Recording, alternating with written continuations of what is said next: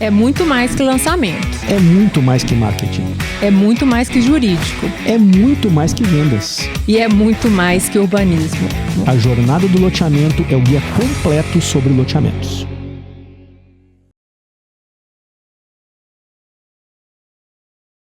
Bem-vindos à Jornada do Loteamento, o seu podcast do mercado de loteamento. E pessoal, já estou rindo, porque a gente já teve resenhas aqui anteriores a entrar no ar, ao vivo, e o nosso convidado é um cara extremamente comunicativo e com vasto conhecimento. Então a gente pensou até em gravar, né, o make-off, né, para que a gente possa disponibilizar o nível de conhecimento do cara, né, que não vai ser sobre o tema que a gente vai tratar hoje. Tivemos um meio podcast já. Meio podcast. Não gravado, infelizmente. Mas você sabe que é um sentimento que eu tenho de coração, que assim, o pré-gravação, ele é tão rico quanto a gravação. É verdade. É muito legal. Mas assim, pessoal, a gente, antes de eu anunciar o nosso convidado, a gente recebe praticamente todas as temporadas um pedido de nós tratarmos a respeito de funding, né? A questão do financiamento e a questão na verdade, da falta de conhecimento do mercado em relação às possibilidades de recursos ou de, digamos, engenharias financeiras que possam auxiliar o loteador na parte de descasamento de capital, que é o grande desafio do negócio, né? E particularmente eu fiquei muito impressionado com uma apresentação do Marco Aurélio, então revelei o nosso convidado, da Teriva. A gente participou de um evento que é o Lote Summit do Felipe, e o Marco fez uma apresentação, galera, que eu confesso para vocês que meu desejo era gravar o que ele estava falando para transmitir para vocês. E aí quando o Marco terminou a apresentação, eu chamei ele e falei assim: velho, você vai ter que fazer uma jornada com a gente. E aí cá está ele para compartilhar o conhecimento. Obrigado por você ter vindo, meu caro. Obrigado por ter convidado, é uma honra, um prazer.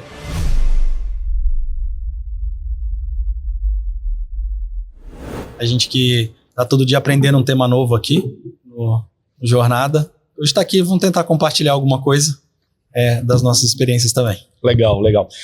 Assim, normalmente eu não leio o currículo, tá, galera, do pessoal, porque todos os nossos convidados têm currículos extensos, né, são profissionais assim, bem, com repertório muito grande. Consolidados, mas experientes. Existe um dado do Marco aqui que diz assim, desde então, que é desde a entrada na Teriva, pelo que eu entendi, né, foram 16 projetos com mais de 1,2 bi de VGV, teve 9 anos, 12 operações no mercado financeiro, somando 150 milhões de recursos. Ou seja, você captou uma graninha já. Já?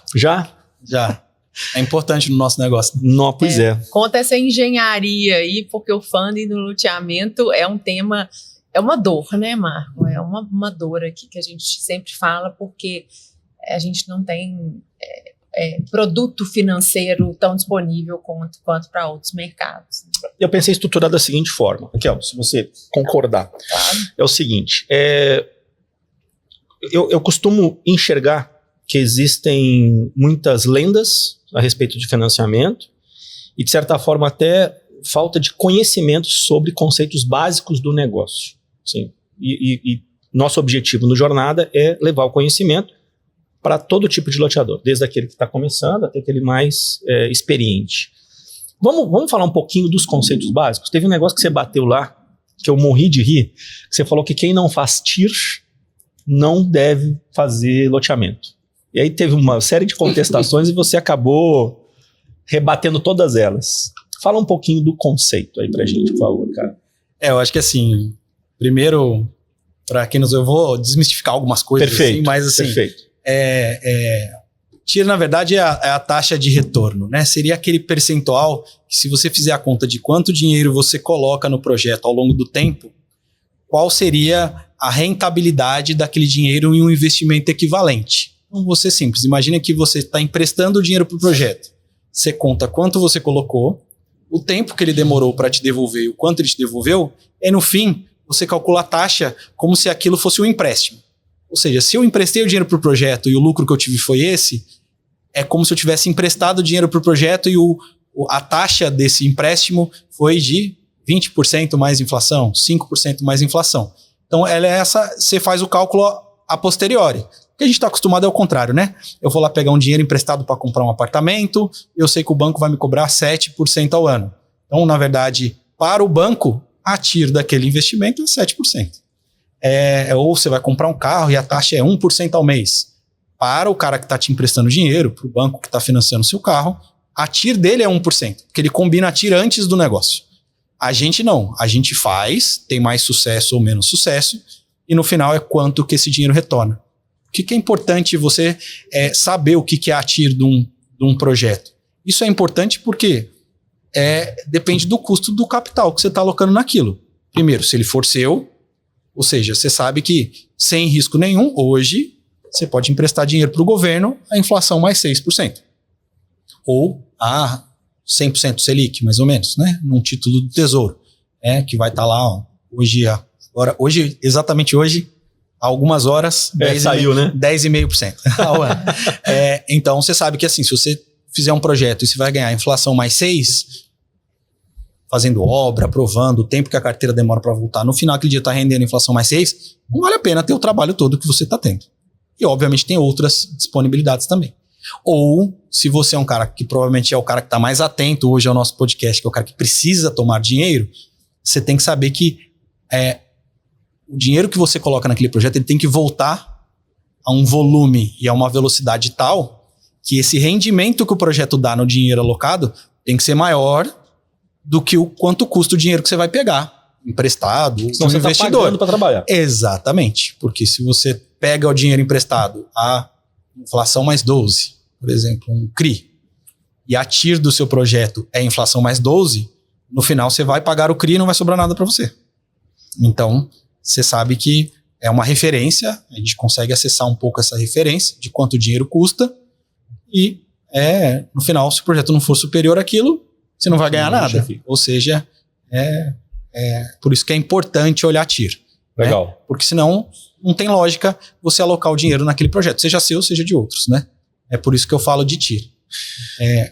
Só para não matar o tema, eu falei do conceito de TIR e um pouco do porquê eu acho que é importante, mas qual que é a grande polêmica em relação a isso? Essa pergunta. A primeira coisa é que é muito difícil de se estimar qual vai ser a TIR de um projeto. Então, a grande discussão não é que TIR não é importante.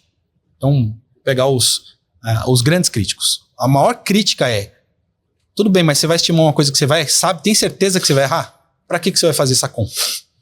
E na verdade, um monte de coisa a gente sabe que a gente vai errar, mas mesmo assim a gente faz. Então, é melhor ter essas estimativas com alguma banda, com alguma margem, do que não tê-la. E você pode fazer ela em diferentes momentos. Então, uma coisa é você tentar calcular a TIR no momento que você está fechando um contrato de uma nova área. Você está muito longe do preço da venda, do custo da obra, da velocidade de venda, das despesas que aquilo vai incorrer. Então, tem muita coisa que você não sabe ainda. Se você vai ter que gastar mais com uma contrapartida que você ainda não negociou. Então, eu sei que você vai errar bastante. Outra coisa é calcular a TIR quando você está ali decidindo já perto do lançamento. É o momento de lançar ou não. Você pode segurar naquele momento. Que ali você já tem um custo de obra mais claro, a contrapartida já está definida, quanto você gastou até ali com a aprovação já está resolvido e você tem uma clareza maior da competitividade do seu produto. Qual que é o preço que você vai vender, qual o prazo que você vai vender, qual a velocidade que você acredita que você vai vender. Nesse momento você erra bem menos. Você vai falar, não, eu vou vender esse produto em 12 meses, meu lançamento vai ser tanto, acho que a maioria vai comprar num prazo de X anos com tal juros, você erra muito menos. E ainda nesse momento vale muito a pena fazer essa conta, que pode ser que nesse momento você chegue à conclusão de que é um projeto que você vai ter que investir ao longo da obra 10 milhões de reais nele, a TIR dele está dando 15% ao ano, e você vai ter que pegar um dinheiro emprestado a 14% ao ano. Aí você fala, essa equação não fecha. Vou segurar um pouquinho mais esse produto até eu ter uma equação melhor, que faça mais sentido. Então, é importante o tempo todo. O brinco quem não se importa com TIR, por favor, venha me emprestar dinheiro. Me empresta qual que é o indicador. Geralmente as pessoas fazem um indicador de quanto eles investem e quanto volta. Eu quero que volte 2 vezes o dinheiro que eu investi, ou 3 vezes o dinheiro que eu investi. Então eu falo, tá bom, são 2 vezes? Não tem problema. Você me empresta 10 milhões de reais hoje, eu te devolvo 20. Em quanto tempo? Aí a gente não precisa combinar. Se a TIR não é importante, a gente não precisa combinar. Eu devolvo daqui a 15 anos. 20 milhões de reais. Eu fazer uma interferência, Dene, porque ele está falando aí, ele está mostrando o dia a dia de um loteador, né? E quais são essas oscilações que podem acontecer numa aprovação, num projeto, numa obra, né? Nos combinados lá com os órgãos. Mas provavelmente os seus projetos são todos baseados em parcerias com terrenistas. Sem dúvida. Né? E você já combinou lá no início qual que vai ser o seu percentual nessa parceria.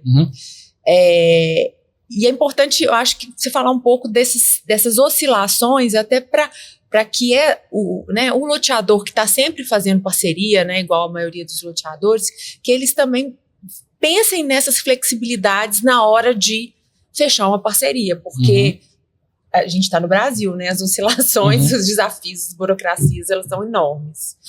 Sem nenhuma dúvida, a gente hoje tem ativos de projetos lançados, algo em torno de 14 players diferentes, entre famílias, investidores de equity ali na compra do terreno, às vezes a família, um terreno é quebrado em duas e tal.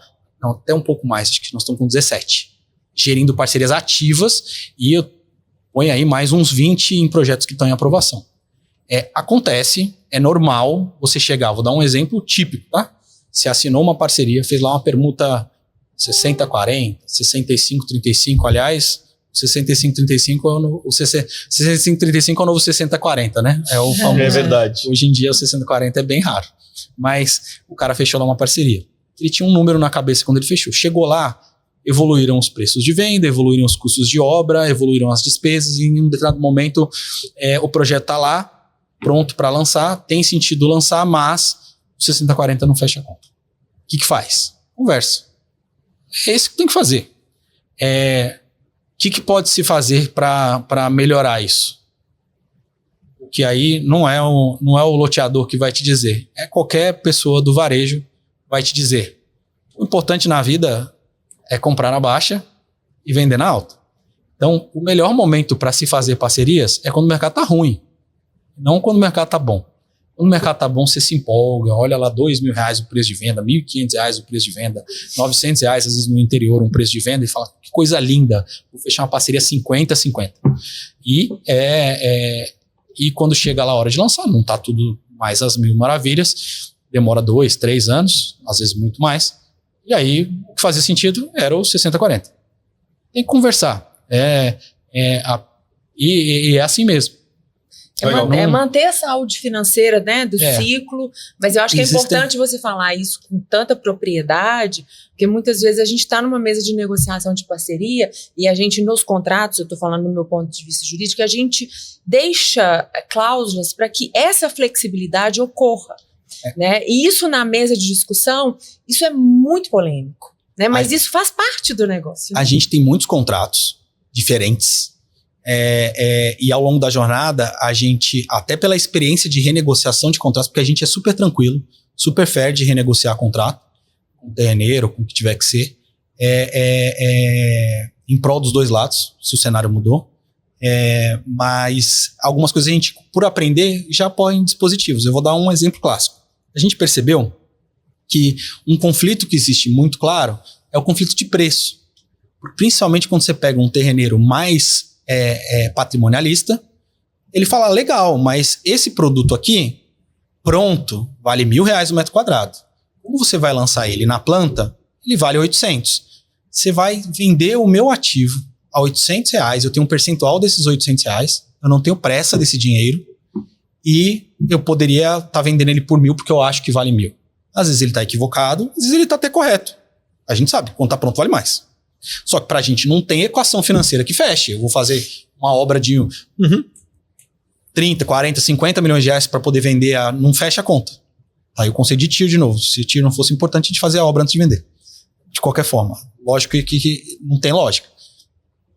Por exemplo, em vários contratos a gente tem um dispositivo que tem uma regra clara de comutação de permuta financeira para física quando a tabela é montada.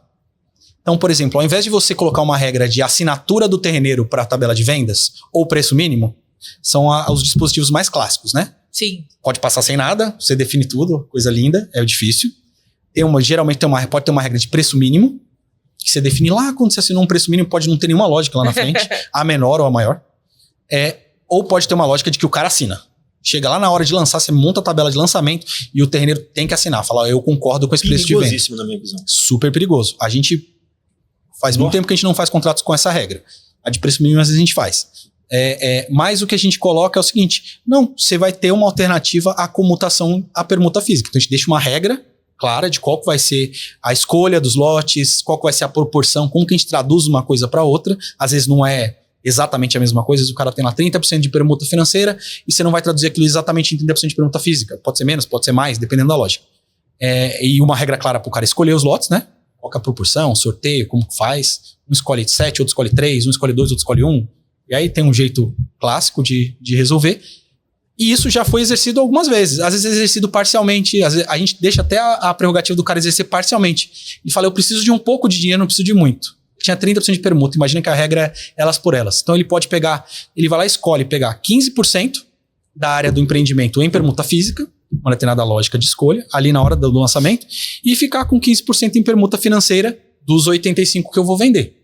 A única coisa importante é que na hora que você prevê, já põe essa regra no contrato lá na parceria, você já prevê as coisas que fazem sentido. Por exemplo, o cara tem que obedecer tabela, o cara não pode vender antes de você vender um percentual da sua parte, que pode ser 100%, pode ser 80%, pode ser 85%. Então, esse é um dispositivo clássico de ajuste de problemas nessa hora da permuta. Muito legal. Uma dica preciosa, preciosa. Né? Então, na hora ali da tabela, você tem um debate com o seu parceiro, que vocês não chegam numa concordância ali naquele momento. Né? Você está numa posição de empreendedor, ele numa posição de terrenista, e aí vocês transmutam isso para uma... traduzindo um pouco aqui para o nosso... Você transmuta isso para uma permuta física, né? Para uma troca de terreno, para que você possa seguir o seu caminho de empreendedor e ele com uma visão mais patrimonialista. Só para fechar esse raciocínio para a questão estratégica de venda, o único cuidado que tem que tomar é realmente uma cláusula muito severa de não concorrência. E penalidade se o cara quebrar isso. Porque isto realmente é um problema para o lançamento. É quando o terrenista fala assim, não, beleza, já que eu tenho permuta física, eu coloco de forma não oficial aquilo para vender e acaba que isso se traduz, o mercado inteiro fica sabendo. E é um problema. E acontece mesmo, Acontece. É que, exatamente, o que acontece é que, na verdade, é o seguinte, quem vai fazer isso, ele é o oposto do cara que eu descrevi. O cara que tem muita pressa de liquidez. O cara fala assim, me dá esses lotes logo. Você vai demorar uma eternidade para vender, uma eternidade para cobrar, uma eternidade para eu receber, um pedaço do que você vender, e eu quero mais dinheiro mais rápido. Então vai ser o contrário. Você vai colocar os lotes para venda num preço que faz sentido de, sei lá, 150 mil reais o lote, e o cara quer saber, eu vou pegar meu 30%, vou vender a 100, vou enfiar esse dinheiro tudo no bolso. Porque eu tô com pressa. Então ele é o oposto do cara. Então esse cara, na verdade, geralmente ele não exerce essa cláusula que eu coloquei. Ele já negocia a permuta física na largada. Esse cara já tem a maldade no coração no começo. Esse cara tem características específicas. Ele precisa de dinheiro. Então, você já sabe que ele precisa de dinheiro. Ele é um cara que tem uma boa relação na cidade, porque ele sabe que ele vai conseguir desovar os lotes. Esse cara, ele acredita que ele vai desovar esses lotes à vista. Então, esse cara, você sabe quem é esse cara. E esse cara já negocia com essa intenção.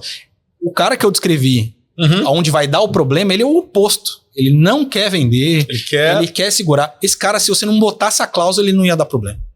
Eu tenho um empreendimento que eu tenho quase 50% de permuta física. Porque o empreendimento chegou aprovado para mim, era um projeto que era igual ao que eu tinha do lado. Eu botei minha marca, usei minha força e vendi. E o terreneiro, por exemplo, na permuta física, ele fez questão de ficar com os lotes maiores na avenida. É um cara ultra patrimonialista. E esse cara não vai vender um lote até o empreendimento ficar pronto. Eu tenho essa cláusula com ele. Não precisava nem ter colocado.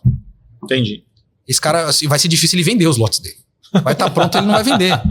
O cara tem muitos imóveis e tal. Então, assim, então o cara que dá esse tipo de problema, em ficar esperto, antes. Porque... Legal. Marco, voltando para a questão funding. A gente estava falando de funding até agora. Não, mas O primeiro ponto de funding do loteador é fazer permuta. Permuta. Exatamente. Por exemplo, um cara de incorporação no vertical compra o terreno. Vários compram. Porque é uma cadeia um pouco diferente, tem mais acesso a capital. Então eu falo, o funding do terreneiro começa na permuta. Inclusive, você consegue negociar um monte de coisas na permuta que suavizam o seu funding.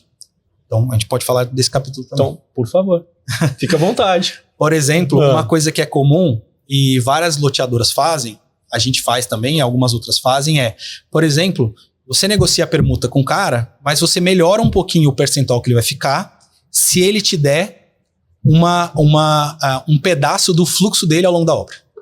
Por exemplo, você pode negociar isso. Então, você fala assim, eu fecho com você uma permuta 60-40 que você tanto quer, desde que, ao longo da obra, eu te pago 20. Os 20 que eu não estou te pagando, eu corrijo e somo ele aos seus 40% depois do fim da obra em 60 parcelas. Por exemplo, você vai ter o seu resultado de 40% do projeto, mas eu só consigo te dar isso porque você está me emprestando 20 à inflação, por exemplo. Funding ao longo dentro da do obra. empreendimento. O cara, você já dentro do contrato enfiou um funding de um empréstimo colocado. É muito comum isso. Bicho. Mas rola? Mas isso rola lá no início da parceria, na parceria ou lá no início da obra? No início da parceria. Aqui, eu já vi, inclusive, 0. Rola. Durante 24 meses não há distribuição dos resultados para o terrenista no período de obra. Muito legal. Eu tenho vários contratos que tem, assim, 10. É mesada. Às vezes eu tenho um percentual pequeno, mas com mínimo garantido. O cara fala, não, legal. Eu topo ficar com 15% do fluxo durante a obra.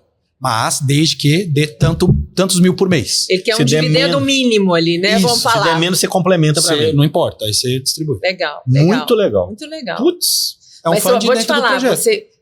Para conseguir isso não é fácil, não, Marco? É fácil falar, mas conseguir não Mas você tem que entender o outro lado. É isso, você entendendo o outro lado. O que o cara precisa?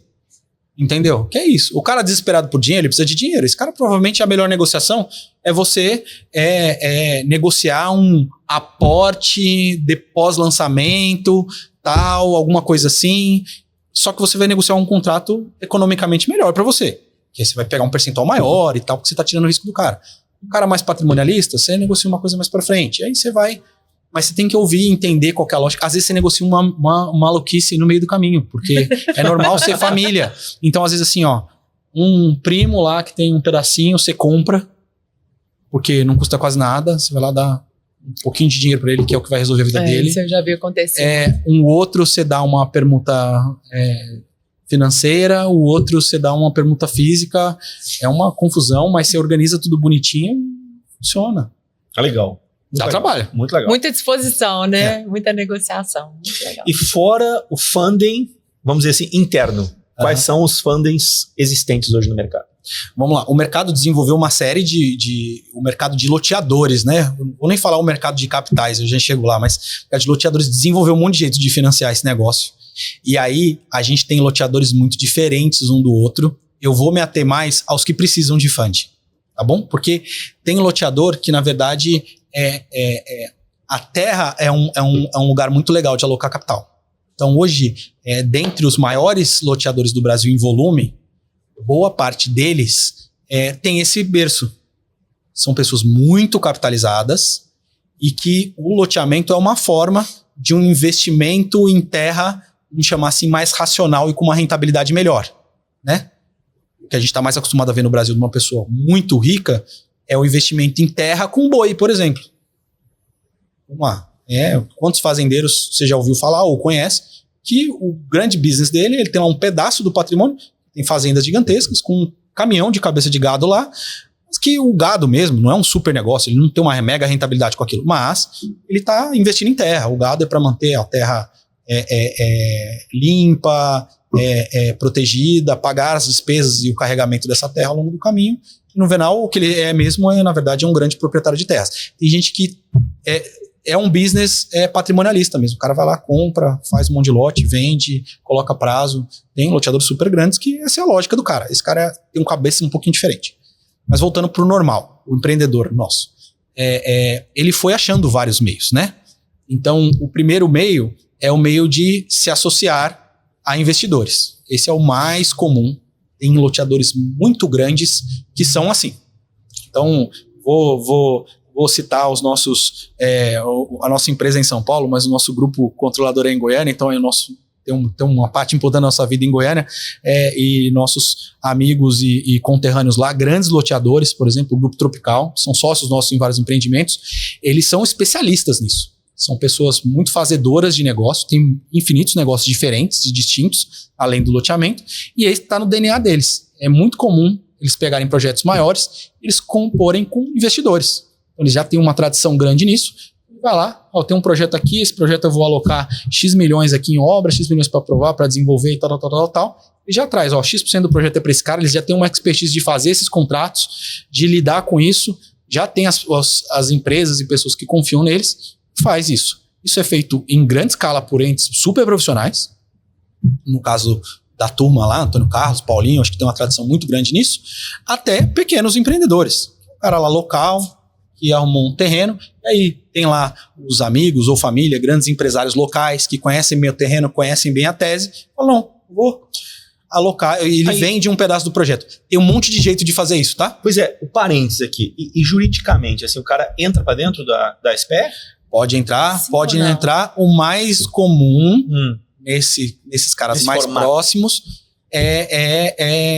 você regra isso por meio de contratos ou até de um acordo de acionistas e pendura o cara numa SCP, né? Por uma questão de proteção de risco. A SCP, o que é importante a SCP? É que, na verdade, quem está comandando o desenvolvimento, que é o loteador, se fica numa SCP, esse cara que está entrando, ele não é afetado diretamente por riscos da incorporação. Então imagina só que você vai lá, faz uma obra de 100 milhões de reais, vende um loteamento gigantesco por 200 milhões de reais, 300 milhões de reais, e de repente tem um embargo naquele negócio, a loteadora fale, vai ser acionada na justiça. Eu acho que a gente tem um advogado que pode nos falar bem sobre isso. Se esse cara ele participa diretamente daquela SPL, ele vai ser afetado por isso. Às vezes é um grupo importante, não quer correr esse tipo de risco. A fragilidade da SCP é um pouco de garantia, porque assim, imagina que o cara fala assim, quando você está desenvolvendo uma coisa lá na SPE onde você aloca o terreno, onde tem a propriedade do ativo, então tem algumas coisas ali. Então, o cara pode se sentir mais seguro de estar ali naquela propriedade. Mas geralmente, nos prós e contras, geralmente esse povo vai tudo para a SCP. Eles têm mais medo de dar errado do que o medo de ter que executar o terreno, o ativo. São vários fatores, né, Marco, que eu vejo nessa formatação. Muitas vezes o terrenista ele não se sente confortável com esse terceiro aparecendo. Tá? Também. Isso é um fator, então isso molda qual que vai ser o formato. Outras vezes o investidor que faz questão de estar dentro da sociedade, porque senão ele não investe. Pela segurança que ele entende que vai estar, mas ele vai ter esse retorno de forma mais segura estando dentro dessa sociedade. E tem o famoso investidor oculto, né, que é pela SCP, que ele fica realmente não exposto também, mas também dá maior liberdade ao próprio empreendedor a fazer esses acordos ocultos para que eles ocorram. Mas é sempre muito importante também, que eu sempre falo com os loteadores na hora da parceria, deixa esse campo aberto ali numa cláusula, na hora que você vai fazer a sua parceria, e também, né, aquilo que a gente estava falando da transparência e da honestidade na negociação, mostre também para o seu terrenista que você é um empreendedor que faz esse tipo de operação. Né? Então, assim, deixa isso claro, até para não gerar nenhuma insegurança quando ele souber que tem um investidor nesse negócio. Legal, né? legal. Eu geralmente deixo pré-programada cláusulas desse tipo, não só de o cara entrar no SCP, como eu deixo previsibilidade, por exemplo, de entrar a entrada de fundos de investimento na SPE, porque, por exemplo, eu tenho 2 empreendimentos que são investidos por um fundo, pelo Tegar 11. E os 2, a gente teve que criar ele entrou na SPE, o fundo tem vedação de entrar via SCP, esse fundo específico. Ele entrou via SPE. Então, eu tenho contratos que já estão assinados com essa permissão. Ou até, por exemplo, de cessão parcial de recebíveis dentro do meu limite de responsabilidades. Eu coloco isso já. Legal. Sempre negociado na largada. É sensível, Porque o terreneiro, geralmente, ele olha para você como um cara... Ele olha para você mais como um porco cheio de dinheiro do que como um desenvolvedor. Isso, ao longo do caminho, muda. Hoje nós somos vistos muito mais como bons desenvolvedores e empresários de sucesso do que exclusivamente uma fonte de recurso. Isso ajuda muito. Mas isso é um lado importante. Você demonstrar que você tem capacidade de fôlego para fazer aquilo. Mas, então é uma cláusula do cara falar, mas por que você tá botando aqui que você vai pegar dinheiro dos outros? Você não tem dinheiro para fazer? Então é sensível, aí você tem que explicar e tal, mas é normal, mas né? É normal. A gente tem a cláusula lá programada no nosso modelo padrão dessas liberdades, dessas operações financeiras, né? Mas algumas vezes é questionado. Eu acho que isso tem tudo a ver com o nosso tema, que nós voltamos ainda discutindo nas permutas, voltando sempre, né? Assim, preveja isso lá no começo, preveja isso no contrato de permuta, preveja isso no contrato de parceria. A gente falou agora da entrada de um investidor externo via SCP, um investidor ali. Esse é o famoso equity. O cara que entra nessa jornada que a gente falou agora, nesse pedaço, é o famoso equity. Quando a gente fala assim, em equity de produto, é esse cara. Geralmente é um cara que corre muito mais risco com você, às vezes mais, às vezes menos. Então, por exemplo, vai ter aquele cara desde que ele tem um commitment de dinheiro, né, um comprometimento, ele fala assim, no limite da sua obra, imagina que o empreendimento tem 30 milhões, no limite da sua obra eu aporto tanto quanto precisar. Ou um percentual de, sei lá, 50% do... Aí ele vai falar, tanto quanto precisar, e aí você vai chamando esse capital. É importante que esse cara, com quem você tem esse tipo de acordo, você tenha muita confiança de que ele vai ter a disponibilidade e vai assinar o cheque na hora que chegar o momento. Ou ele pode exclusivamente comprar mesmo. Ele pode chegar na hora que você for lançar lá, você fala, não, eu vou gastar, minha previsibilidade é gastar 30 milhões de obras, você fala assim, não, eu te vendo tanto desse projeto por 20 milhões de reais. Ele põe e fica com um pedaço do projeto. Esse pedaço do projeto pode ser várias coisas. Pode ser um pedaço do resultado, pode ser um pedaço do VGV. Então você fez lá uma permuta 60-40, você tem acesso aos 60% dos recebíveis. Você pode falar assim, me dá 20 milhões de reais e eu te dou 20%, eu fico com 40%. Então, você quase que comprou um terreneiro novo, né? Você vendeu um pedaço do projeto e agora você tem 2 terreneiros. O do terreno e o cara que te deu o dinheiro. Esse acordo também é bem comum de acontecer. A parte boa desse segundo é que ele demanda menos esforço. Porque, na verdade, o que você tem que reportar para o seu investidor é pouca coisa. É quanto recebeu e tal, igual você reporta o terreneiro. No caso de um cara que te acompanha no projeto, no desembolso ali mês a mês e que fica com um pedaço dos lucros do projeto, aí esse cara você vai ter que mostrar para ele quanto você está gastando na obra, quanto você está pagando para cada coisa, é uma governança mais chatinha, porque você vai ter que dar esse nível de transparência. Legal. Então você está falando do modelo mais, digamos, que o cara não tem acesso às empresas, enfim, os fundos de investimento. Isso, na verdade, é uma modalidade de equity. Hoje, a gente começa a aparecer do outro lado o mercado de capitais entrando dessa forma. Então, esse dinheiro, eu coloquei o primeiro acesso, que é o loteador regional pequeno, e às vezes até grande, gosta de acessar esse dinheiro de equity, né? O cara entra e corre algum risco com você, no mínimo o risco de venda e de inadimplência, ou pode correr o risco de custo de obra, outros riscos, que o cara entra com você investindo num pedaço do projeto. Hoje, essa mesma modalidade já tem coisas mais estruturadas. Então, por exemplo, o próprio Tegar hoje é o cara que mais faz isso, né? Ele deve estar aí entre 60% e 70% dos recursos do Tegar 11 estão alocados nessa modalidade, né? Foi 30% há 5 anos atrás, hoje está lá em 70%. Então, assim, ele entra com você junto no projeto. Tem uma série de regras que ele coloca para isso, de governança, para ele poder saber exatamente como que a obra está andando, que o dinheiro está sendo administrado, porque ele corre esses riscos todos com você. Então ele vai ter que impor uma governança até para ele dar visibilidade para o mercado, porque o Tegar está gerindo o dinheiro dos outros, né? Tem lá muitos acionistas e muitos cotistas do outro lado, ele precisa prestar contas por isso. Mas ele traz essa modalidade de investimento em equity que corre risco com você. E tem vários outros players que estão entrando nessa modalidade também. A gente tem pelo menos mais 2 investidores, um family office de São Paulo, que comprou inclusive um pedaço do terreno com a gente, correu risco, né, que é a Hire, né, que é um family office que era a antiga H3 Par. Estão acostumados a mexer com loteamento e muito com prédios. Então eles entraram, claro que no loteamento eles entram menos nessa modalidade, mas eles nos conhecem de perto, então entraram com isso e a gente está fazendo um pouco com a Cube também. Alguns empreendimentos eles estão entrando nessa modalidade de equity também. Então, agora também com o mercado formal, a Faria Lima, a gente tem.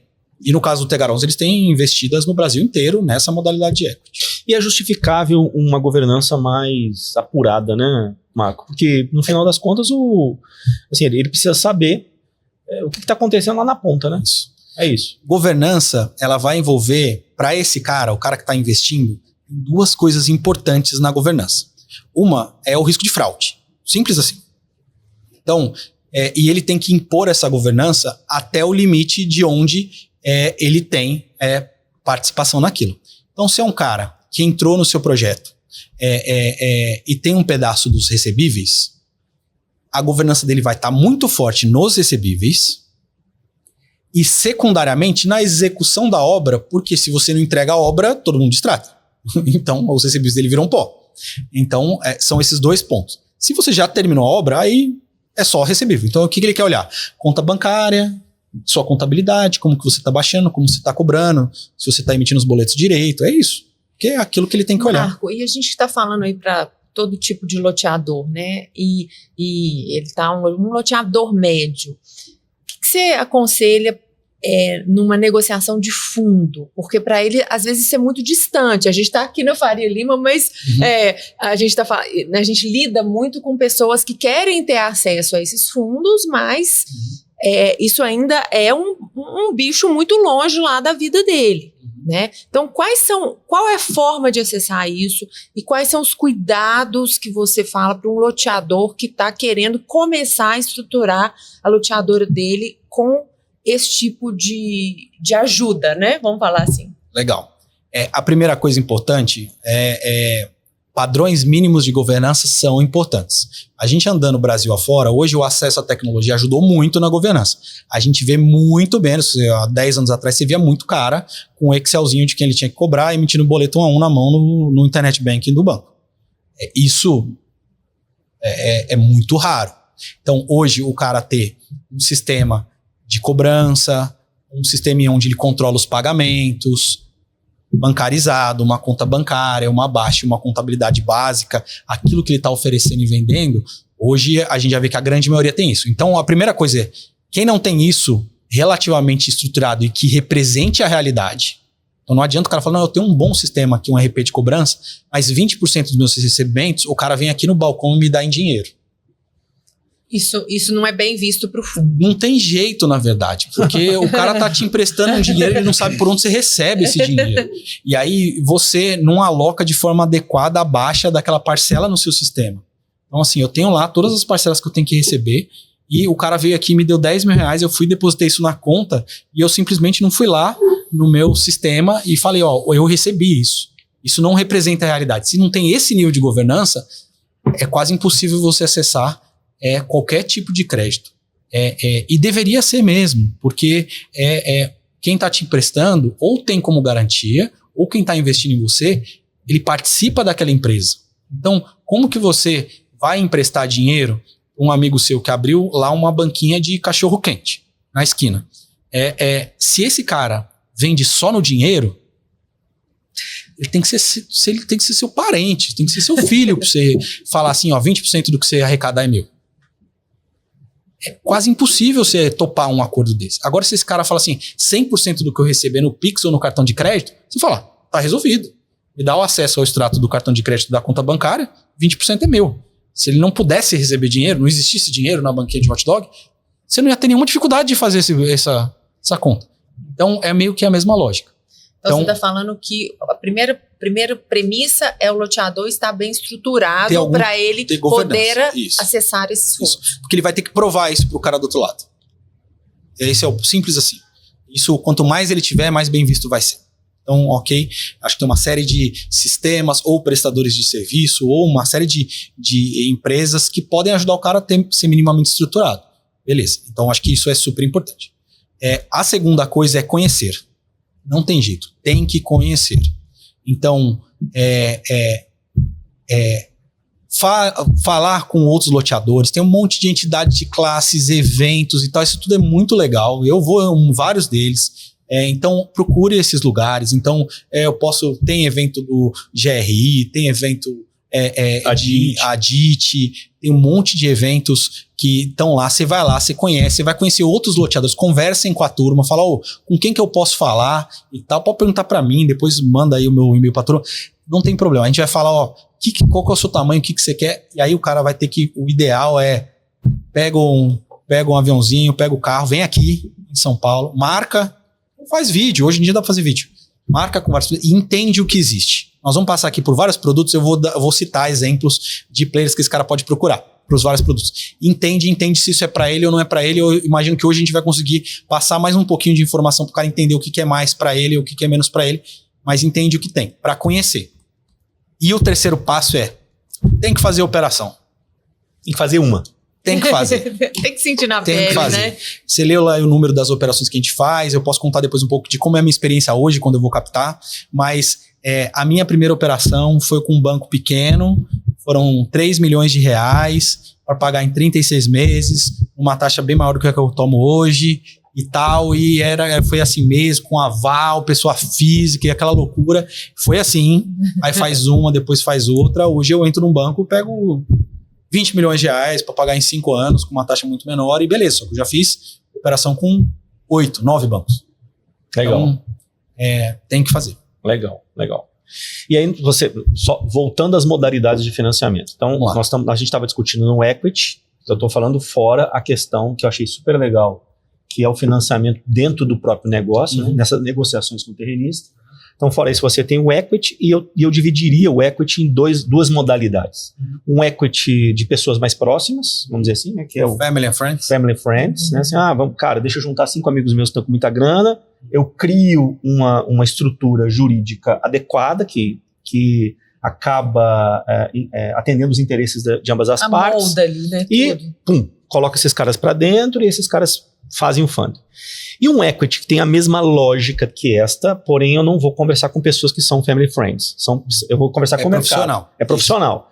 E que demanda uma governança muito, muito profissional, que eu diria que tem que ser a mesma coisa para o family friends também, para que você possa garantir a sua confiança, né, perante seus amigos. Fora o equity, o que a gente tem?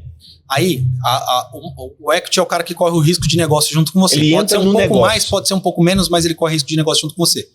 O próximo é a dívida. O cara da dívida, ele não corre o risco de negócio junto com você, ele corre um risco de crédito. Então, no final das contas, quando você pegou o dinheiro emprestado, você pega emprestado e você combina a forma exatamente que você vai pagar. Quando e quanto você vai pagar naquele dinheiro. Então, o cara do equity fica com um pedaço. Esse pedaço pode multiplicar o dinheiro do cara por 5, ou pode só devolver o dinheiro dele, ou pode nem devolver o dinheiro dele. O cara da dívida, ele sabe exatamente quanto ele vai receber e quando ele vai receber. Ok? Então, é uma dívida mesmo. É porque nem pegar um dinheiro emprestado. Você pegou, você paga. Beleza. E aí tem vários tipos de dívidas diferentes. A dívida que a gente mais ouve falar, o mais comum no nosso tipo de negócio é o CRI. Por que o CRI é tão comum? O CRI é muito comum porque, na verdade, o cara que está investindo no CRI, ele tem um arcabouço, ele é muito burocrático.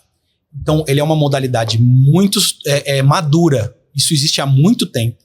É muito regrado, por isso que tem que fazer CRI de tamanhos mínimos, porque é caro essa estrutura. E na visão do cara que está fazendo o CRI, ele está, não é na visão dele, juridicamente, quase que na prática, o risco dele é pulverizado. Ele tá pegando 10 milhões de reais e passando para você, só que na prática, os mecanismos jurídicos do CRI faz com que na prática, o que ele está fazendo, esses 10 milhões de reais, ele está pulverizado naquela sua carteira inteira. Então, o risco dele é de 500 mutuários. Então, quando você empresta para 500, você teoricamente corre muito menos riscos do que você emprestar para 1. Que se aquele 1 engasopa, você não recebe. Ou seja, o crédito ele está atrelado ao cliente final. Juridicamente tá. Juridicamente é isso. Juridicamente tá. Então, é isso que é o CRI. Você transforma aquele direito que você tem de receber do cliente em papéis e vende esses papéis, um título, quando você transforma num título. É um título, igual o título do governo, é um título. Você vende isso pro cara na outra ponta. Então, é por isso que ele parece com um risco muito menor. esse é o mais comum. Na prática, na visão do empreendedor, cria um empréstimo. Ele olha assim e fala assim, ó, eu vou pegar 10 milhões de reais emprestado e eu vou pagar desse jeito. Em 5 anos, em 10 anos, com essa taxa. É inflação mais 10, é inflação mais 12, é IPCA mais 7, não importa. É uma taxa combinada que geralmente, como os prazos são longos, envolve um indexador e uma taxa pré-definida. IGPM, isso, IPCA. Pode ser IGPM, IPCA, que são inflações. Geralmente o investidor gosta de pegar a mesma que está na carteira, que daí as coisas andam iguais, corre menos risco de descasamento, ou pode ser o CDI também. Né? Isso geralmente para prazos mais curtos acaba funcionando, para prazos mais longos não. Mas é um indexador. Então, esse indexador você não sabe quanto vai ser, então é uma taxa que a gente chama de pós. Você vai descobrir ao longo do caminho quanto ele vai ser, você tem uma estimativa. E uma taxa pré-definida, que é esse spreadzinho, né? Que é esse mais alguma coisa. Então, a inflação mais 12, beleza, você sabe que vai ser o que corrigir de inflação, que geralmente você coloca na carteira também, mais 12%, então você consegue fazer a conta de quanto que você vai pagar e de quando que você vai pagar. Então é isso. Se por algum motivo você tiver uma inadimplência maior do que você esperava, alguma outra de barriga ali no meio do caminho, é problema seu. Então você que tem que correr atrás e pagar aquele negócio. Geralmente você cede mais garantias do que só os recebíveis. Então se o seu cliente não pagar, não é que o outro cara não recebe.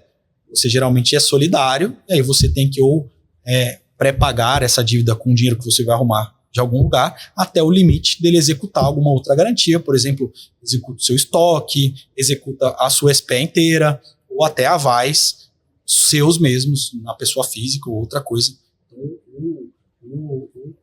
O credor está lá tentando se cercar do máximo de garantias para receber. E nessa operação, Marco, queria só chamar a atenção e saber o que você acha também, mas nas operações que eu já acompanhei de CRI, os contratos garantidos com alienação fiduciária, eles geram taxas muito melhores no mercado, né? Uhum. E muitas vezes CRIs não são fechados em contratos que não têm garantia de alienação fiduciária. A gente discute muito essa questão da alienação fiduciária aqui no Jornada, e a gente já falou sobre vários aspectos para o próprio loteador, das vantagens, etc., dessa garantia colocada nos contratos, mas a gente nunca aprofundou na importância para quem quer acessar esse mercado de funding, né? E a gente sempre fala isso, mas fala muito superficialmente porque a gente nunca tinha estado com uma pessoa igual você aqui, mas eu queria te ouvir um pouquinho sobre isso. Vamos falar sobre os 2 temas específicos. A primeira faz CRI sem alienação fiduciária. Faz, que eu já fiz um monte. Então, faz. Ok? Por que o mercado gosta da alienação fiduciária? Porque, na verdade, o cara que está te emprestando dinheiro, quando você tem alienação fiduciária do bem, ele entende que ele tem um mecanismo muito direto de execução do credor final, e aí deixa ele mais próximo ainda do risco pulverizado. E aí ele fala assim, se tudo der errado, os imóveis vão ser tomados com certeza e vão ser leiloados e pelo menos tem dinheiro para me pagar. É isso que ele acha que acontece. Por que a gente não faz a alienação fiduciária nos nossos loteamentos? Ostensivamente, vou falar quando a gente faz, o que a gente faz, mas e por que isso não é uma realidade, na verdade? A primeira é que se você tem uma crise de inadimplência severa e não pontual, ela geralmente está atrelada junto com ela com a desvalorização do ativo que está lastreando aquela dívida. Vou dar um exemplo. O cara, você vendeu o lote por 100 mil reais, tá lá, o cara tá pagando, falta ele pagar 80 mil reais. Se você tem uma super inadimplência naquela carteira alta, quer dizer que aquele bem não vale 80 mil reais. Simples assim. Porque se valesse 150, o cara vende pro terceiro e te paga. Ele vende com ágio. Você tem um problema do produto. E aí, eu vou ser sincero, nem a alienação fiduciária vai te salvar. Porque você vai leiloar aquilo e não vai conseguir vender. Vai fazer um leilão, 2 leilões, beleza, no final, mais que vai acontecer, alguém vai pagar lá 15 mil reais no seu estoque e o credor vai ficar vendo navios do mesmo jeito. Então, no final, não é o melhor jeito de resolver a alienação fiduciária. A outra é uma questão prática, mais 2 questões práticas, porque a gente não faz ostensivamente alienação fiduciária. Uma delas é que a execução dela é muito mais lenta do que bizarramente, o lote ela é mais lenta do que o distrato. unilateral, depois dos regramentos do distrato. É muito mais simples você retomar um lote por distrato do que você executar uma alienação fiduciária. Está demorando uma eternidade para executar as alienações fiduciárias. A questão, a diferença aí é muito se tem posse ou não tem posse, né? Isso, exatamente. Então, o que a gente faz? A gente monitora todos os empreendimentos. É claro que os fechados é muito mais fácil do que os abertos, mas a gente faz também nos abertos. E a gente só permite que o cara edifique com alienação fiduciária. Então, eu embargo a obra do cara. Vou lá, mando um cara lá, meto uma fita amarela, embargo, entro em contato, porque no momento da obra é o momento que eu mitigo o último grande problema da alienação fiduciária, que é o custo. Então, no momento que o cara vai fazer uma obra, o cara pode estar fazendo uma edícula. Ele vai gastar, ele comprou um lote seu lá de... Se ele tá fazendo uma edículazinha para cair para dentro, é porque ele comprou um lote baratinho. 50, 60, 70 mil. Esse cara que comprou um lote desse, ele tá te devendo lá 40 mil, 30 mil, alguma coisa assim. A alienação fiduciária não é tão cara. Apesar que ela é proporcionalmente mais cara pro lote barato. Mas o cara vai ter que pagar lá 2, 3 mil reais para fazer uma alienação fiduciária. Beleza, que eu tô falando pior, o cenário onde o cara teoricamente tem menos dinheiro. Esse cara tem 50 cruzeiros para subir a casinha dele lá. Ele vai pagar os 3 mil. Nesse momento ele paga. E aí você controla isso. Então, hoje, eu faço alienação fiduciária de 100% dos lotes antes do cara edificar. Então, eu não passo a possibilidade do cara edificar. Isso, é assim que a gente controla hoje a alienação. Então é o que a gente sempre fala aqui, né? A condição de posse é a alienação fiduciária. Ou a quitação, exatamente. E você também tem um mínimo que ele tem que te pagar? Não tem. Não. A questão assim, alienar o bem. É isso. Aí. Se ele alienar, não tem problema. Tá. Marco, voltando só no raciocínio. Cara, achei muito legal mesmo. Tá? Tem mais dívidas que eu posso... Eu só quero vou terminar o escopo. E o CRI tem mais coisas importantes para falar. Eu só quero só explorar uma questão que são as taxas. Então vamos lá. Aí você falou assim, cara, eu tô atrelando, eu sou o fundo, estou atrelando o meu recebível com o loteador, pulverizando na carteira. Uhum. Né? Assim, porque na verdade a garantia de recebível são os 500 clientes lá que você falou. Só que você vendeu como loteador a uma taxa de IGPM ou IPCA a 8% ao ano. Uhum.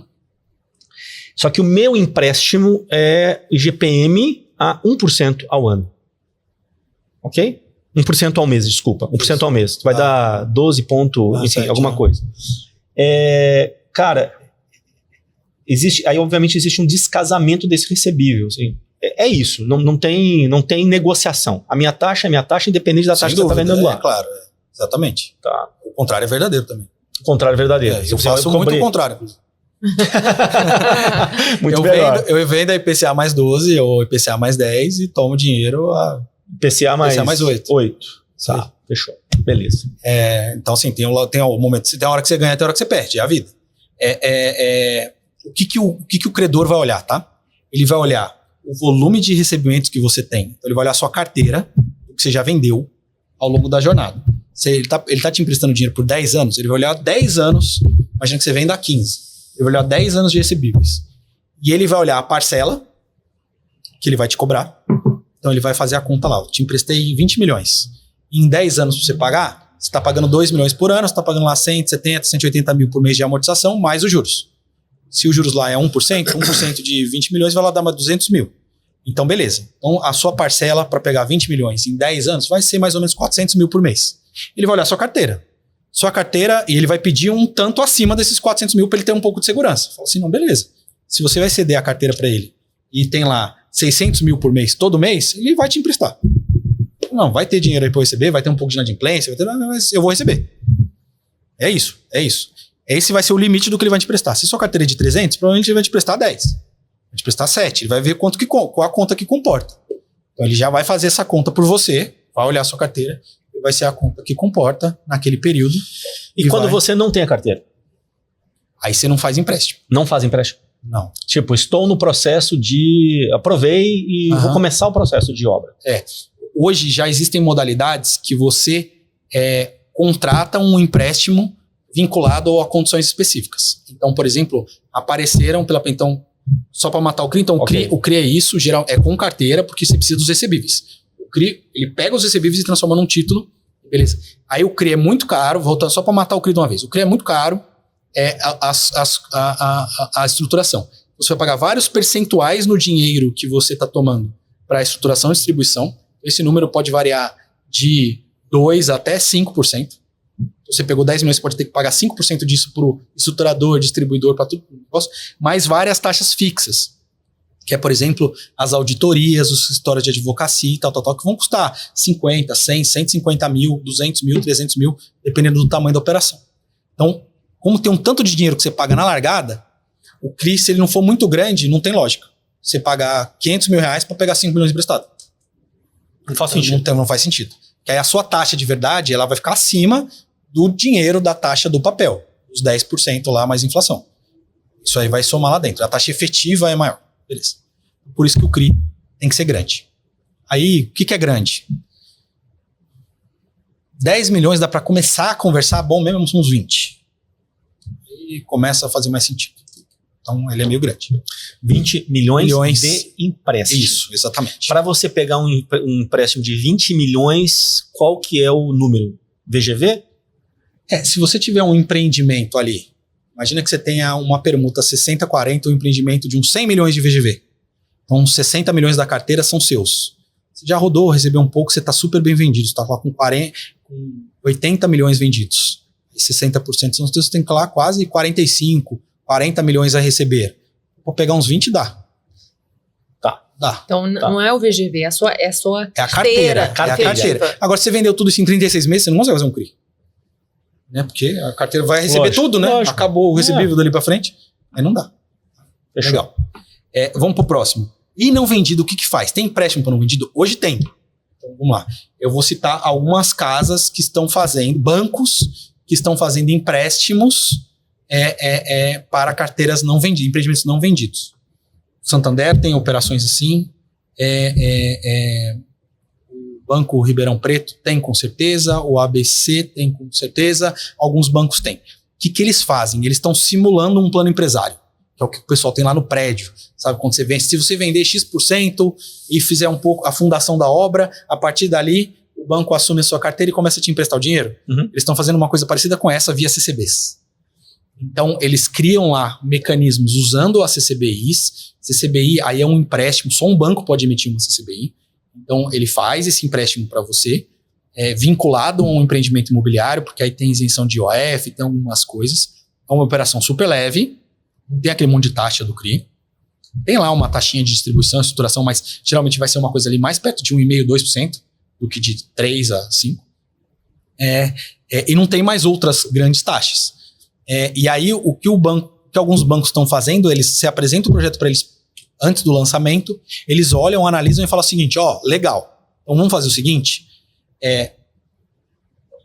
depois que você bater X% de vendas, 40%, 50%, 60% de venda do seu loteamento e você executar 20% da obra, a partir daí eu vou te liberar uma linha de crédito que eu vou reembolsando a sua. Você gasta lá 500 mil, ele te dá os 500 mil e vai te emprestando os 500 mil com um determinado combinado para você pagar ele de volta.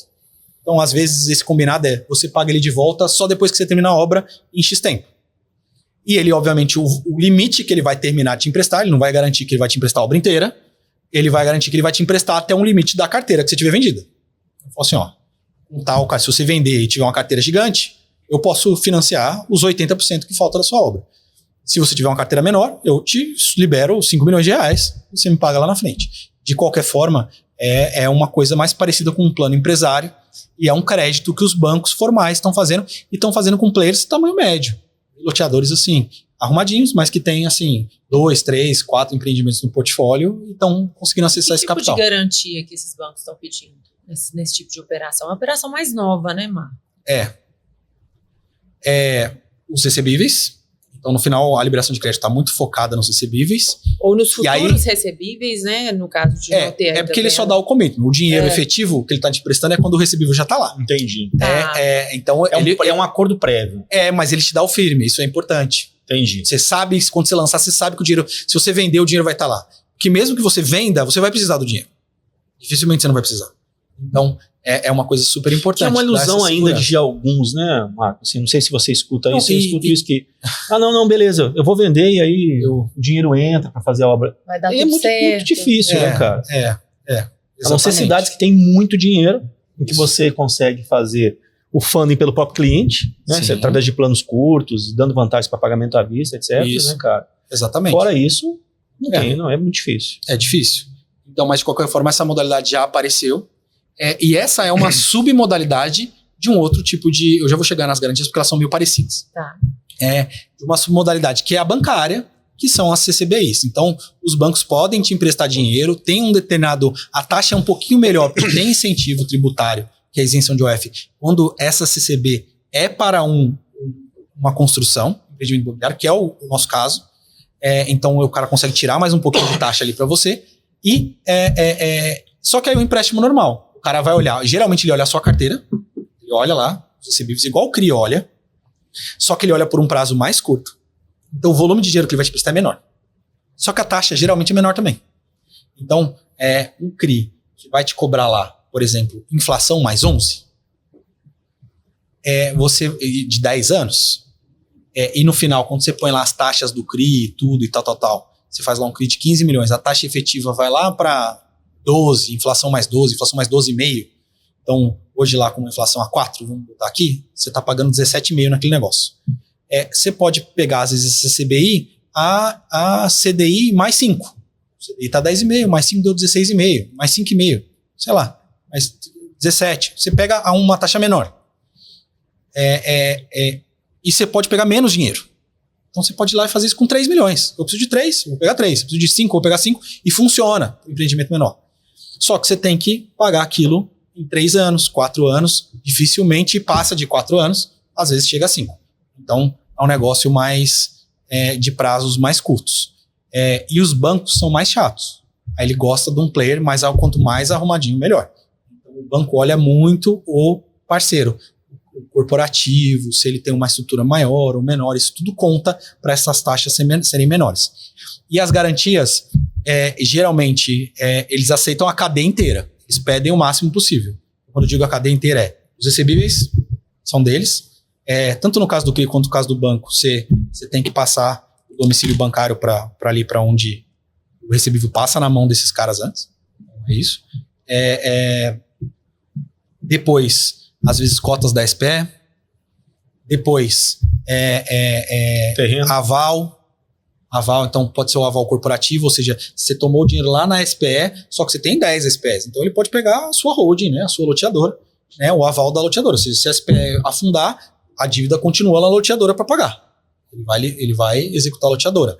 E todos gostam, até o CRI, vai até a pessoa física do cara, eles gostam de pedir tudo, né? Então é normal, não se sintam ofendidos quando eles pedirem isso. Pedem. Sua esposa tem que assinar. Sua esposa tem que assinar e tal. Banco, especificamente, diferente dos tomadores de CRI, gostam muito de terreno. Então, às vezes, você tem um outro terreno, você tem um outro imóvel, você bota esse imóvel também como garantia.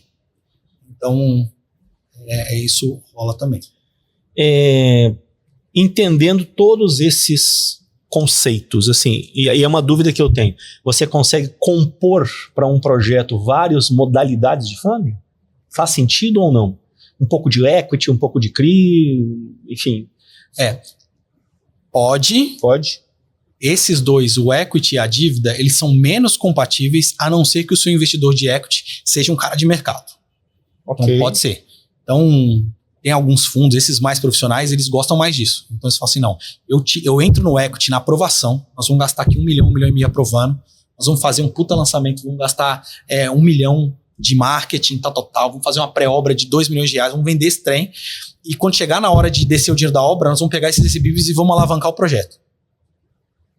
Tem cara que gosta disso, ele entra no equity na parte mais dura e depois na outra parte ele alavanca o projeto, acontece, mas é um pouco mais raro, geralmente você toma um ou outro. O que você combina, na verdade, é os não formais com os formais. Então, por exemplo, um bom contrato de permuta com um equity, um bom formato de permuta com uma dívida lá na frente, ou, por exemplo, a alavancagem no próprio cliente, que depois a gente pode entrar nesse tema, que é isso.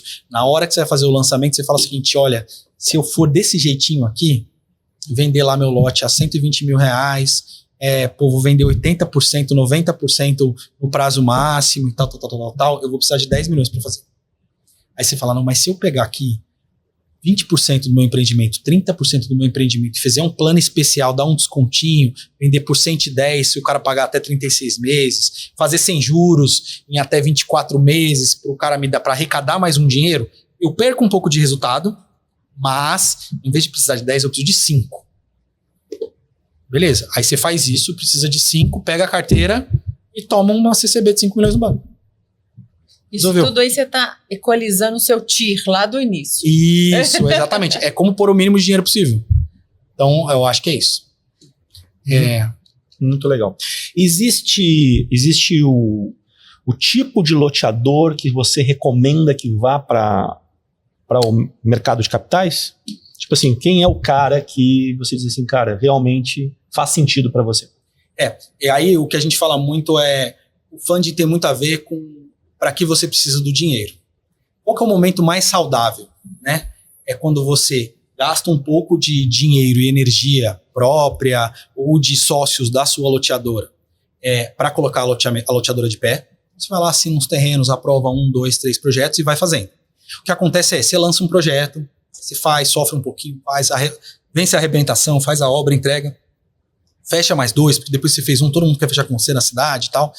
E aí chega um momento que você vai fazer, você passa de 1 e começa a fazer 2, ou começa a fazer 3. Nesse momento, vai faltar dinheiro. Fazer 3 obras é totalmente diferente de fazer 1. Se esse é o seu problema, esse é um excelente cara para procurar fund. Mercado de capitais, dívida, ou até um equity de projeto, dependendo de como você quer se estruturar. Então, esse é um cara bastante propenso e que faz sentido. Ele tá crescendo. Ele está partindo de 2 projetos para 3, de 3 para 4, ele tem já uma receita, ele já tem uma estrutura que paga as despesas dele e tal, a estrutura dele está funcionando, mas ele vai dar um salto. Ele tem lá uma despesa anual lá de 1 milhão, 2 milhões de despesa de escritório, alguns funcionários que ele tem lá mais 500 mil, 1 milhão que ele gasta todo ano aprovando as glebas que ele tem, e chega uma hora que ele vai precisar gastar 5 milhões por ano para tocar 2 obras, e aí esse dinheiro ele não vai ter. Tem uma carteira boa, porque ele vendeu, mas não tem. Esse cara é o cara que eu tô dando um exemplo do cara pequeno, de 1 para 2, mas pode ser o cara que nem a gente, que tá saindo de 150 milhões ano para 200, 300 milhões ano de VGV, de lançamentos. Eu também preciso. Em vez de eu precisar de 5, eu preciso de mais. Mas esse dinheiro é o dinheiro bom de precisar. Por que eu tô dizendo isso? Eu quero dinheiro para comprar um terreno, eu quero dinheiro para dar um aporte para um terreneiro, uma antecipação, eu quero dinheiro para aprovar um projeto, eu quero dinheiro para financiar a equipe que eu estou montando para correr atrás de área. Esse dinheiro é o dinheiro que não é bom de você pegar emprestado, porque é um risco gigantesco. Então, esse aí é pedir para dar errado, né? Então, esse dinheiro, beleza, você pode precisar dele? Pode, mas aí você chama sócios para falar, vamos montar uma loteadora comigo? Nós vamos precisar de 10 milhões de reais para montar uma loteadora. E aí, vamos pôr, o dinheiro vai ser usado dessa forma. Beleza. Aí você vende lá 30%, 40%, 50% da sua loteadora e beleza. E é um dinheiro de muito risco. Então, o dinheiro normal é o cara que está nesse pedaço da jornada. Ele já tem uma empresa, já roda, já tem uma coisa.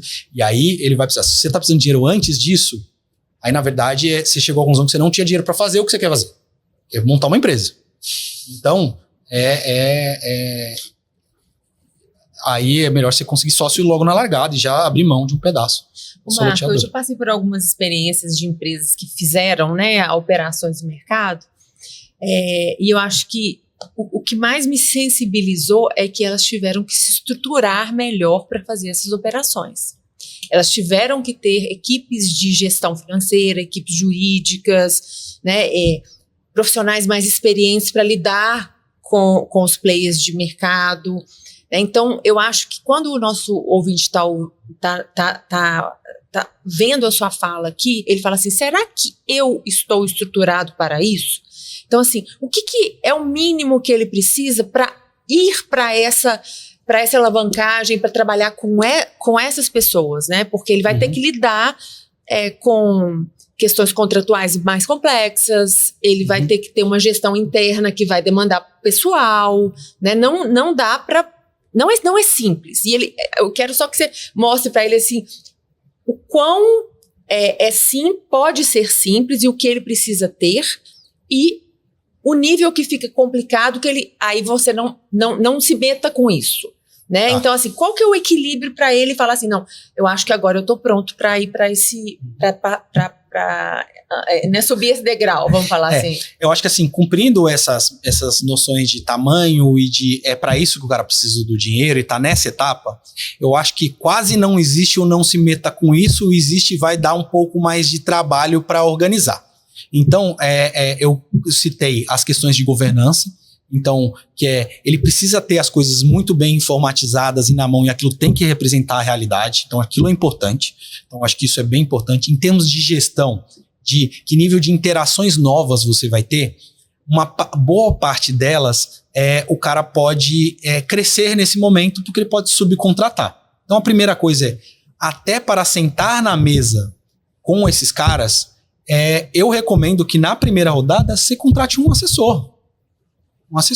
Posso fazer até o jabá aqui. A gente tem uma boutique de investimento que presta assessoria, que é a VCOP, a Vertente Invest de Goiânia. Tá lá em Goiânia, tá acostumada com os loteadores de lá. Vertente Invest. Goiânia, o Cleiton, que é o cara que me assessora. Eu uso assessor até hoje. Tá? O que essa pessoa faz? Esse é o cara que olha para o que você tem, ele entende como o mercado de capitais funciona e ele é o tradutor. Imagina que você está negociando um negócio que o outro cara fala árabe e você fala português. E você tem um cara na mesa que fala árabe e português. É isso. Na prática é isso. Então, esse é o cara que ele vai fazer um trabalho prévio de olhar o que você precisa, olhar suas garantias. Esse cara já olha pra você e fala assim, você nunca vai conseguir fazer um CRI com isso. Ele já te fala, na lata. Então, assim, e é o cara que vai organizar suas informações, vai saber com quem conversar, vai chamar 3, 4, 5 casas diferentes e ele realmente te arruma dinheiro. Assim, te arruma dinheiro assim, facilita esse trabalho. Ele produz dinheiro. Eu vou dar um exemplo no meu caso, como que ele produz dinheiro. Por exemplo, se você vai emitir um CRI, você pode ir numa securitizadora, você pode ir numa distribuidora, em casas que são intermediárias, ou você pode ir direto num cara grandão que compra o CRI. Quando você vai num cara grandão que compra o CRI, você negocia com ele quanto ele vai ganhar, quanto você vai pagar, e todos os outros prestadores de serviço, tanto ele quanto você, amassa todo mundo para pagar o mínimo possível. É assim que funciona. Eu faço CRI assim. Eu vou direto no fundo, o dono do dinheiro, e a gente vai lá, quando a gente vai negociar com a securitizadora, a gente fala, não, eu vou te pagar 100 mil reais. Você emitir meu CRI. 80 mil. É isso. Se eu bato direto lá na securitizadora, e eu não tô dizendo que o cara não deve fazer isso, ele pode fazer, porque ela ajuda. Ela vai olhar, vai organizar o meu investimento e vai procurar investidores para aquilo. É difícil acessar o cara dono do fundo direto. Então, mas esse intermediário, que me põe às vezes lá com os fundos certos, já conhece, então ajuda. Então, esse cara te ajuda. Às vezes você usa esse cara uma vez, 2 vezes, e depois você fala, eu já conheci todo mundo, já tô amigo da galera da Faria Lima. Então, então, desde esse cara, como, por exemplo, a parte de escritórios, a parte jurídica é complexa, para a estruturação da operação, você pode contratar uma assessoria também para isso, e depois, o que acaba acontecendo é que você pode chegar à conclusão de que a sua governança não é boa o suficiente. Então, por exemplo, na gestão dos recebíveis, você pode ter que contratar, terceirizar isso. E aí você vai ter que terceirizar para uma gestora de serviço que vai dar uma tranquilidade para o cara que está lá. Para a parte, por exemplo, de gestão de serviços, às vezes tem uma componente jurídica disso, de execução de contratos, às vezes você vai ter que contratar um escritório, e aí quando chegar nesse ponto, você vai passar para esse escritório. Você vai passar de mandar para o seu amigo lá, que tem a OABzinha lá, que ele vai lá e te ajuda. Não, você vai ter que ter um escritório especializado em imobiliário. É bom porque isso te força a crescer. Né? Então tem uma série de coisas, mesma coisa em obra. Putz, você não tem uma governança legal de obra para reportar para o cara como está a sua obra. Se é uma modalidade que você precisa entregar a obra ainda. As cláusulas são muito específicas da prestação de contas de obra, né? O que eu vejo assim, são auditorias, às vezes você tem que ter uma fiscalizadora, não lembro como é que chama o nome, auditoria de obra é isso, ele vai lá fazer a medição. Exatamente. Como a gente tem um nível de governança muito alto, por isso que eu tenho facilidade de obter crédito. Por exemplo, eu tenho um CRI emitido que não está vinculado à obra, mas um dos empreendimentos que está dentro, ele é um não performado. Então, os tomadores do CRI me pedem como está a evolução de obra. O nosso acompanhamento default de obra, todo mês tem a reunião de engenharia, ele é muito mais completo e complexo do que uma empresa profissional de medição de obra. Então, o cara fala assim, manda o relatório do mês. Eu mando lá para a gerente de inteligência de engenharia, ela me manda assim, no WhatsApp, eu mando no WhatsApp pro cara, ele olha o relatório e fica mega feliz. Porque assim, eu já tenho um nível de governança de obra muito alto. Então, por exemplo, quando eu tive crise de financiamento à produção, que tinha medição profissional de obra, putz, era o dia mais feliz da vida do profissional que media a obra. Ele ia lá, puta, já tinha relatório, já tinha tudo, ele não precisava fazer nada. Ele mudava o nome para ele lá, ele ia fazer o físico para auditar, obviamente que é o trabalho dele, e ele não precisava ficar fazendo o relatório. Então, quanto mais governança tem, mais fácil. O que não tem, você consegue subcontratar. Mas aí pode sair um pouco mais caro e tal. Marco, a gente está caminhando para o final, eu queria explorar ainda mais. Cara, na verdade, a gente podia explorar outros episódios disso. Né? Muito rico. Muito legal, muito legal. Por que o mercado enxerga o cara que faz o crédito como vilão? Vamos Direto, lá. né, cara? A primeira coisa Eu não sei as perguntas tão elaboradas quanto a Raquel. Não, Raquel tem que ser. Não, cria... Eu falo assim, sabe, Marco? Porque eu vivi muito um CRI muito grande, né? E assim, eu vi uma empresa tendo que se estruturar à força por um CRI muito grande. Então, assim, é muito importante a gente falar que há o acesso a esses fundos, a esses CRIs, mas também tem que falar assim, eu tenho um dever de casa para fazer. Né? Então, assim, é só isso que eu acho que é o que a gente tinha de ter de lição, né? Tem um dever é bacana, tem dinheiro no mercado, tal, mas aqui a gente está diante de um profissional que tem uma mega experiência, que ele está trazendo muitas dicas, muitas lições pra gente, Marco. E é isso, a pessoa, ela tem que se estruturar até mesmo como empresário, né? Não é brincadeira, mesmo que seja com assessores, com empresas especializadas, mas não dá para brincar com o mercado nesse nível, né?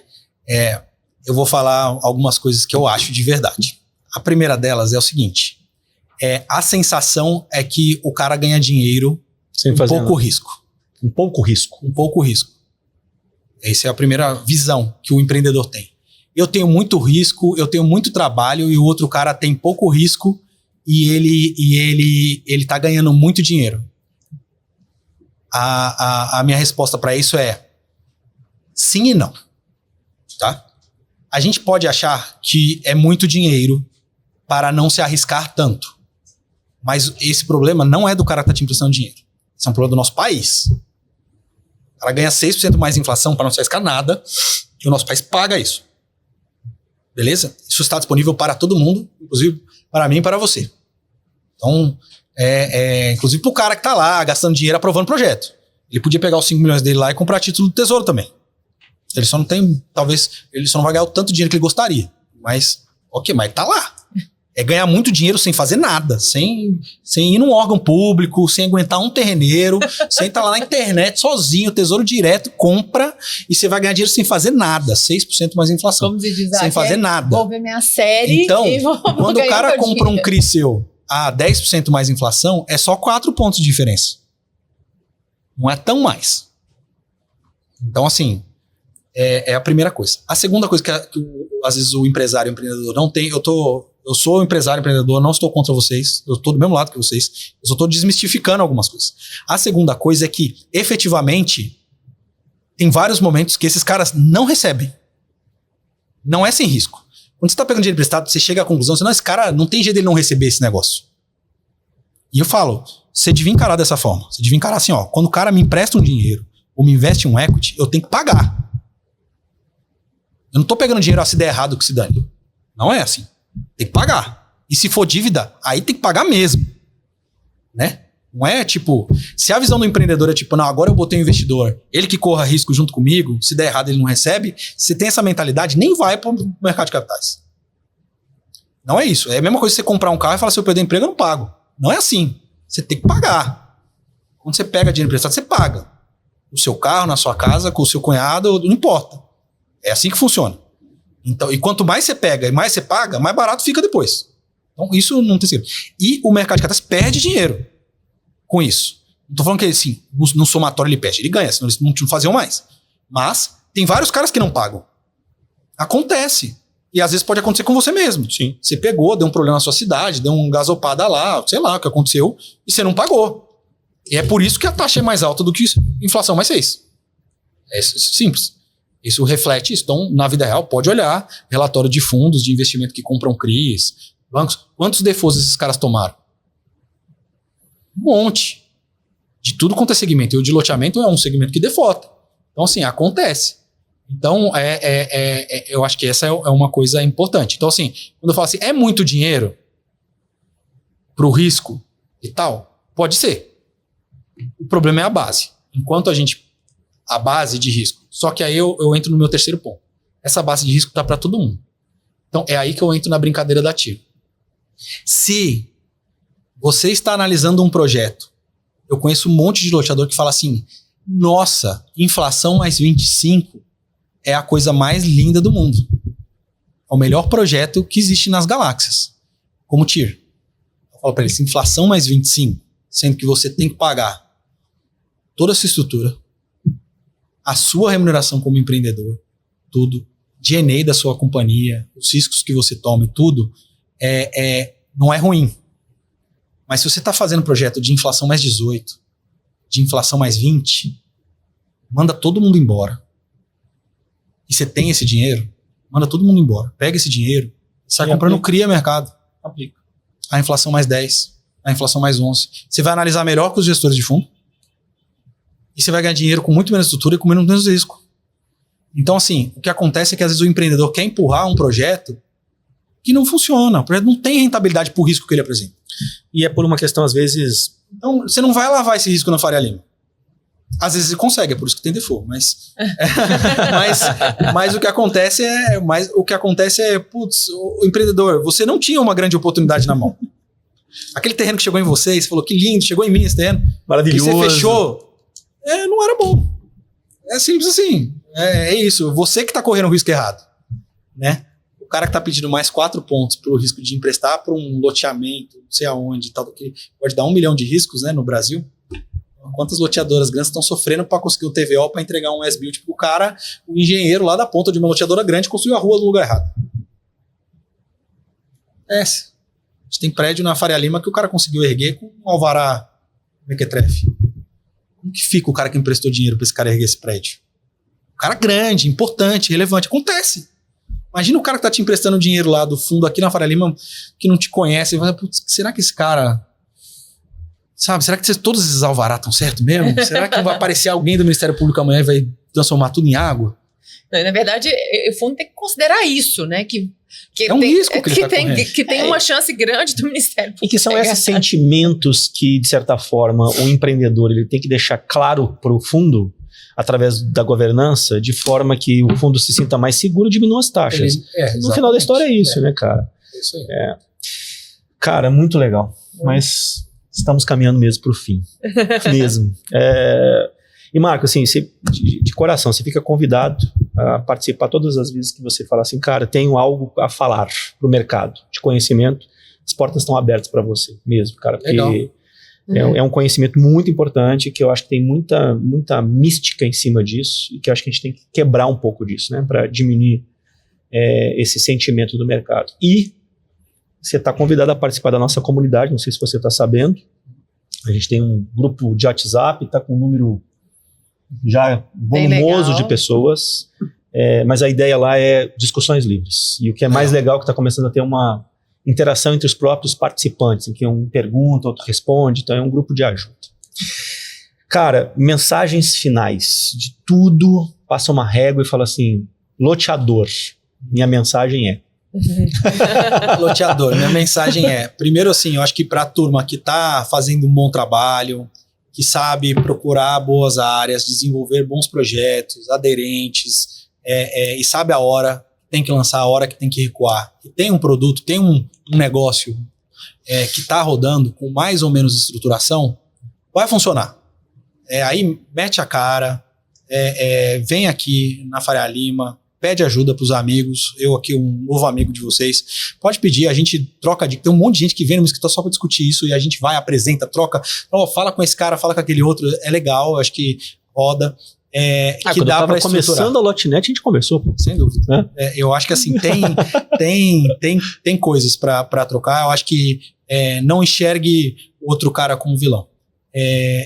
Então acho que esse é o grande recado. Então, escolha bem os produtos, saiba tocar, que vai funcionar, entendeu? Eu acho que o máximo que você tem a fazer é aprender, né? Crescer. Quando você chega a conseguir liquidar 1, 2 operações, você cresce muito com isso, você dá atração para o seu negócio.